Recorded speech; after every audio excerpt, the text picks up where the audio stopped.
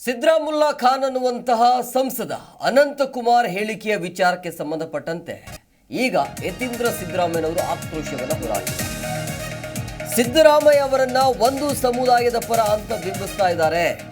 ಧರ್ಮದ ಹೆಸರಲ್ಲಿ ರಾಜಕೀಯ ಮಾಡೋದನ್ನ ರಾಜ್ಯದ ಜನ ಒಪ್ಪಲ್ಲ.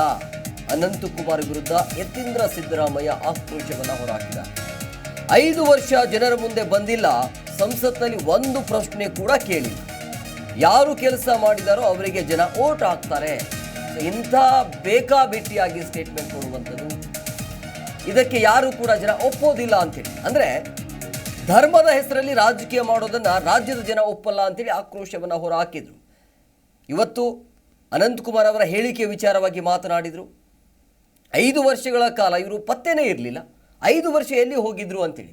ಇದ್ದಕ್ಕಿದ್ದಾಗೆ ಚುನಾವಣೆ ಬರ್ತಾ ಇರುವಂಥ ಹಿನ್ನೆಲೆಯಲ್ಲಿ ಪ್ರತ್ಯಕ್ಷರಾಗಿ ಬೇಕಾಬಿಟ್ಟಿಯಾಗಿ ಸ್ಟೇಟ್ಮೆಂಟ್ ಕೊಡೋದನ್ನು ಜನ ಒಪ್ಪೋದಿಲ್ಲ ಅಂಥೇಳಿ ಹೇಳಿಕೆಯನ್ನು ಕೊಟ್ಟಿದ್ದಾರೆ.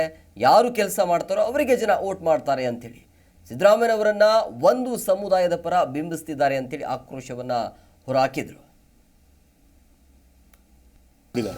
ಮತ್ತು 10 ವರ್ಷಗಳ ಕಾಲ ಈ ಕರ್ನಾಟಕದ ಎಂಪಿಗಳು ಕರ್ನಾಟಕದ ಪರವಾಗಿ ಏನೇ ಕೆಲಸ ಮಾಡಿಲ್ಲ, ಕರ್ನಾಟಕದ ಜನರ ಪರವಾಗಿ, ನಮ್ಮ ಕರ್ನಾಟಕದ ಜನರ ಸಮಸ್ಯೆಗಳ ಪರವಾಗಿ ಪಾರ್ಲಿಮೆಂಟ್ನಲ್ಲಿ ಮಾತನಾಡಿಲ್ಲ.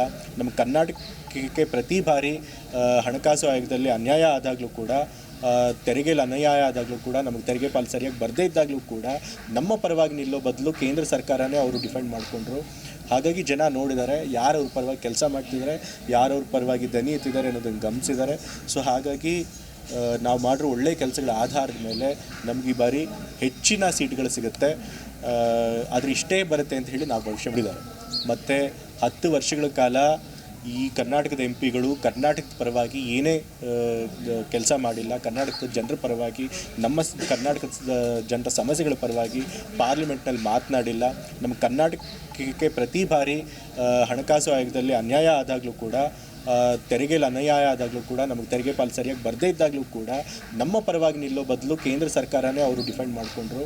ಹಾಗಾಗಿ ಜನ ನೋಡಿದ್ದಾರೆ ಯಾರು ಅವ್ರ ಪರವಾಗಿ ಕೆಲಸ ಮಾಡ್ತಿದ್ದಾರೆ, ಯಾರು ಅವ್ರ ಪರವಾಗಿ ದನಿ ಎತ್ತಿದ್ದಾರೆ ಅನ್ನೋದನ್ನು ಗಮನಿಸಿದ್ದಾರೆ. ಸೊ ಹಾಗಾಗಿ ನಾವು ಮಾಡಿರೋ ಒಳ್ಳೆಯ ಕೆಲಸಗಳ ಆಧಾರದ ಮೇಲೆ ನಮ್ಗೆ ಈ ಬಾರಿ ಹೆಚ್ಚಿನ ಸೀಟ್ಗಳು ಸಿಗುತ್ತೆ. ಆದರೆ ಇಷ್ಟೇ ಬರುತ್ತೆ ಅಂತ ಹೇಳಿ ನಾವು ಭವಿಷ್ಯ ಮಾಡಿದ್ದಾರೆ. ಮತ್ತು 10 ವರ್ಷಗಳ ಕಾಲ ಈ ಕರ್ನಾಟಕದ ಎಂಪಿಗಳು ಕರ್ನಾಟಕದ ಪರವಾಗಿ ಏನೇ ಕೆಲಸ ಮಾಡಿಲ್ಲ, ಕರ್ನಾಟಕ